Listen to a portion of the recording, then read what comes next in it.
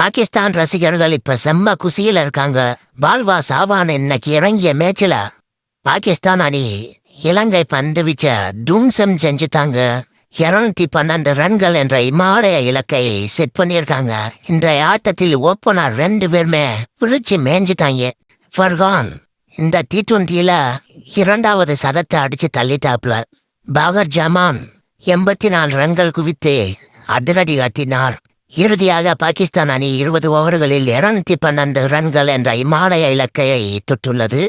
ஆனால் இங்கே ஒரு சிக்கல் உள்ளது. பாகிஸ்தான் அணி அரையிறுதிக்கு செல்ல வேண்டும் என்றால் ஒரு முக்கியமான கண்டிஷன் இருக்கு. இலங்கை அணியை 148 ரன்களுக்குள் சுருட்ட வேண்டும்.